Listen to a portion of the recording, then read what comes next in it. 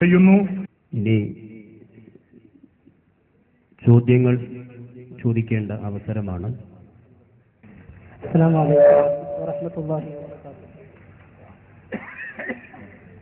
ഈ മുഖാമുഖ വേദിയിൽ ചോദ്യം ചോദിക്കാൻ അവസരം തന്നതിന് സംഘാടകർക്ക് നന്ദി രേഖപ്പെടുത്തുകയാണ്. ഞാനിവിടെ സലാം പറഞ്ഞപ്പോൾ തന്നെ പല മുഖങ്ങളിലും പ്രതികരണത്തിന്റെ അടയാളങ്ങൾ കണ്ടില്ല. അതിന് കാരണം ഞാൻ മനസ്സിലാക്കുന്നു, മുജാഹിദുകളുടെ സലാം മടക്കുകയില്ല. സുന്നികൾ സലാം പറഞ്ഞാൽ മുജാഹിദുകൾ സലാം പറഞ്ഞാൽ സുന്നികളുടെ മുഖത്തിനൊരു വല്ലാത്തൊരു കനമാണ്. അവർ പ്രതികരിക്കാൻ വളരെ വിമുഖത കാണിക്കുന്നു. ഇസ്ലാമിന്റെ ഈ അടിസ്ഥാനമായ രണ്ടുപേര് കണ്ടുമുട്ടുമ്പോഴുള്ള ഈ വ്യാകരണ തത്വം പോലും സുന്നികൾ പാലിക്കുന്നില്ല. എന്റെ ചോദ്യം, ഒരു മുസ്ലിം മറ്റൊരു മുസ്ലിമിനെ കണ്ടാൽ സലാം പറയണമെന്ന് ഇസ്ലാമിന്റെ അടിസ്ഥാന തത്വമാണ്. എന്നിട്ട് പോലും ഈ തലപ്പാവുധാരികളായ ആളുകൾ ആരും സലാം മടക്കിയതായി ഞാൻ കേട്ടിട്ടില്ല. അതിന്റെ അടയാളം അവരുടെ ചുണ്ടുകളിൽ കണ്ടില്ല. എന്തിനാണ് ഇത്രയും അധികം ഒരു അക്രമമായ സ്വഭാവം സുന്നികളുടെ ഭാഗത്ത് നിന്ന് എന്നാണ് എന്റെ ഒന്നാമത്തെ ചോദ്യം. ചോദ്യത്തിൽ തന്നെ മറുപടി ഉണ്ടല്ലോ. മുസ്ലിമിനോട് പറയേണ്ടതാണ് സലാം. തലീകെട്ടുകാരൊന്നും സലാം അടക്കില്ല എന്നാണ് അദ്ദേഹം പറയുന്നത്.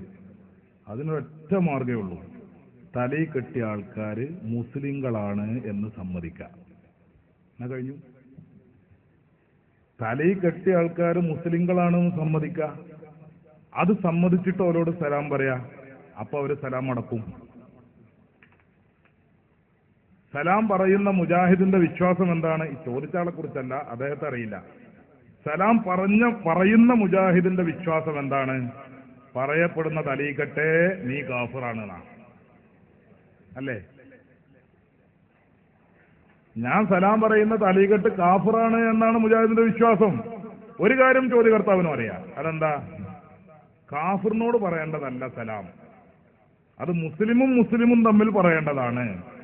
സുഹൃത്തുക്കളെ, ഞാൻ ഈ തമാശയ്ക്ക് വേണ്ടി പറഞ്ഞതല്ല. ഒരൊറ്റ കാര്യം മാത്രം പല മുഖാമുഖങ്ങളിലും നമ്മൾ പലപ്പോഴും വിശദീകരിച്ച കാര്യമാണ്. എങ്കിലും ചോദ്യം വന്ന സ്ഥിതിക്ക് ഒരു കാര്യം പറയാം. നമുക്കെന്താ പരസ്പരം മുസ്ലിങ്ങളാണെന്ന് സമ്മതിച്ചാൽ? അല്ല, അങ്ങനെ ഒരു കാലാണല്ലോ ഇപ്പോൾ. എല്ലാവരും ഇങ്ങനെ സൗഹൃദത്തിലും സ്നേഹത്തിലും ഒക്കെ കഴിയുന്ന ഒരു കാലല്ലേ. പ്രബോധന പ്രവർത്തനങ്ങൾക്കിടയിൽ അല്ലെങ്കിൽ ആദർശത്തിനിടയിൽ ഒരുപാട് വളരെ വലിയ അന്തരമുണ്ടാകുമ്പോൾ പോലും സമവായത്തിന്റെ വഴി എവിടെയെങ്കിലുമൊക്കെ കണ്ടെത്താൻ കഴിയുമെങ്കിൽ അത് കണ്ടെത്താൻ ശ്രമിക്കുന്ന ഒരു കാലമാണല്ലോ ഇത്. ഈ കാലത്ത് പോലും പരസ്പരം മുസ്ലിങ്ങളാണെന്ന് സമ്മതിക്കാൻ എന്താ മുജാഹിദിനൊരു മടി? മുജാഹിദ് എന്തുകൊണ്ടാണ് ജമാഅത്തെ ഇസ്ലാമി മുസ്ലിങ്ങളാണെന്ന് പറയാത്തത്? ഞാൻ ആ വിഷയം പറഞ്ഞു പോയാൽ നീണ്ടുപോകും. സാന്ദർഭികമായ ഒരു കാര്യം പറയാം. കേരളത്തിൽ ഞാൻ നേരത്തെ പറഞ്ഞല്ലോ, മുജാഹിദ് വന്നിട്ട് ആദ്യം പറഞ്ഞത്, അന്ന് സമസ്ത കേരള ജംഇയ്യത്തുൽ ഉലമ നിലവിൽ വന്നിട്ടില്ല. അതിന് മുമ്പ് പണ്ഡിതന്മാരുടെ പ്രവർത്തനവും കാര്യങ്ങളൊക്കെ ഉണ്ട്. ദർസും മദ്രസയും മറ്റു കാര്യങ്ങളൊക്കെ വളരെ ഭംഗിയായി നടക്കുന്നു. അതിനിടയിലാണ് മുജാഹിദ് വന്നിട്ട് പറഞ്ഞത് സുന്നികളൊക്കെ കാഫിറാണ്. അന്ന് ആലിമീങ്ങൾ ചോദിച്ചു, അതെന്താടോ അങ്ങനെ പറയാൻ കാരണം? ഇവിടെ ഒരുപാട് ആലിമീങ്ങളും സയ്യിദന്മാരും സ്വാലിഹീങ്ങളും ഉണ്ടല്ലോ, അവരൊക്കെ കാഫിറുകളാണെന്ന് പറഞ്ഞാൽ ബുദ്ധിമുട്ടല്ലേ എന്ന് പറഞ്ഞപ്പോൾ മുജാഹിദിന്റെ മൗലവിമാരുടെ മറുപടി എന്തായിരുന്നു? അത് ഖുർആൻ പറഞ്ഞിട്ടുണ്ടെന്നാണ്.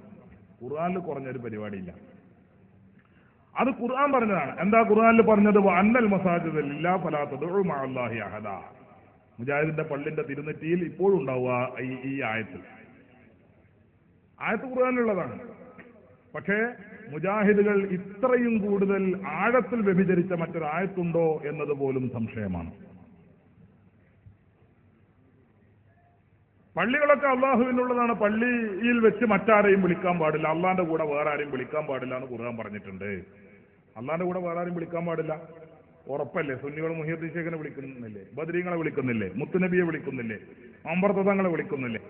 എല്ലാവരെയും വിളിക്കുന്നുണ്ടല്ലോ. അപ്പൊ അതുകൊണ്ട് വിളിക്കുന്നവർ കാഫിറാണ് എന്ന് പറഞ്ഞ് മുജാഹിദ് പ്രസംഗിച്ചു. അന്ന് മുതൽ സുന്നികളൊക്കെ നരകത്തിലായി, മുജാഹിദ് മാത്രമാണ് സ്വർഗത്തിൽ.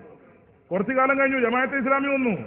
ജമാഅത്തെ ഇസ്ലാമി വന്നിട്ട് പറഞ്ഞു, അള്ളാഹു അല്ലാത്തവരെ വിളിച്ചു തേടുന്നവർ കാഫിറുകളാണ്, മുഹിയുദ്ദീൻ ശേഖനെ വിളിക്കുന്നവർ കാഫിറുകൾ തന്നെ, സുന്നികൾ കാഫിറുകൾ തന്നെ എന്ന് ജമാഅത്തെ ഇസ്ലാമിക്കാർ പ്രസംഗിക്കാൻ തുടങ്ങിയപ്പോ അത് കേട്ട നമ്മുടെ മുജാഹിദുകൾക്ക് വല്ലാത്തൊരു സുഖം. കാരണം അവര് പറയുന്ന കാര്യം തന്നെയാണല്ലോ ജമാഅത്തെ ഇസ്ലാമി പറയുന്നത്.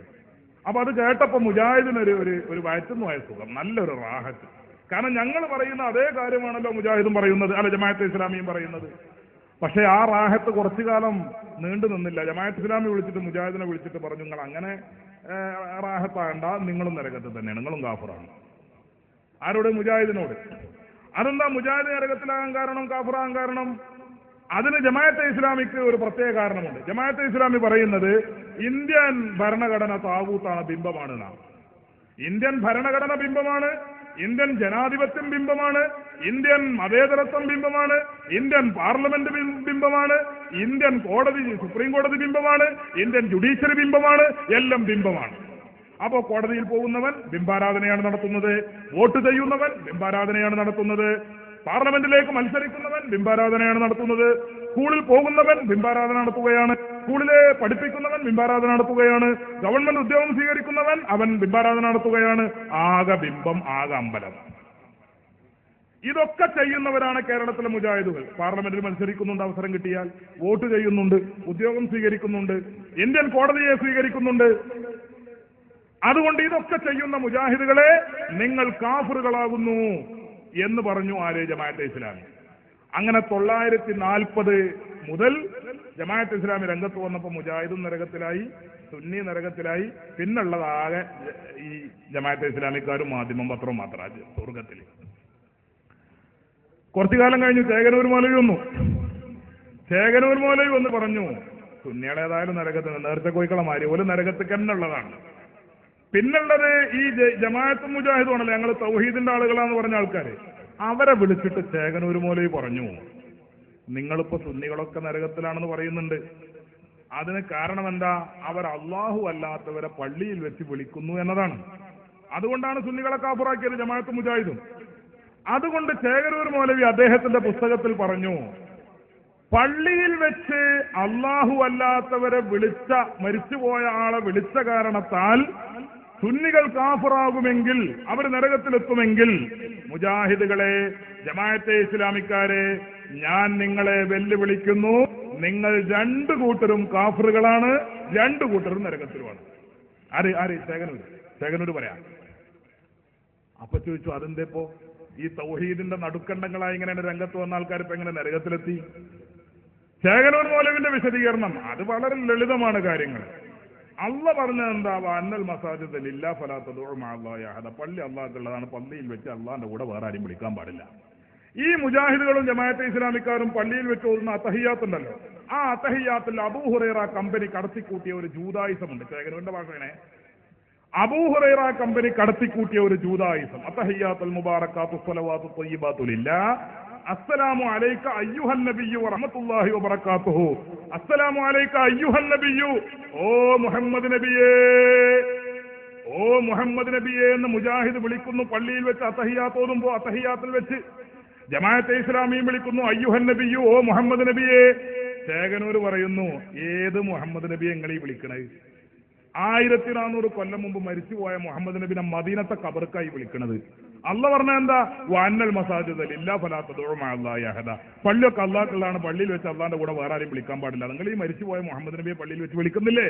അതുകൊണ്ട് സുന്നികളെ കാഫിറാക്കാൻ നിങ്ങൾ ഏതൊരായത്താണോ തെളിവാക്കിയതെങ്കിൽ അതേ ആയത്തിന്റെ പിൻബലത്തോടെ ഞാൻ പ്രഖ്യാപിക്കുന്നു, നിങ്ങൾ മുജാഹിദും ജമാഅത്തും കാഫിറുകളാണ്, രണ്ടു കൂട്ടരും നിരത്തിലാണ്. വാദപ്രതിവാദത്തിനുണ്ടെങ്കിൽ മുന്നോട്ട് വന്നോളൂ. ചേകനൂരിന്റെ വെല്ലുവിളി. കാഫിറാക്കി ഇനിപ്പാറ സ്വർഗത്തിലുള്ളത്.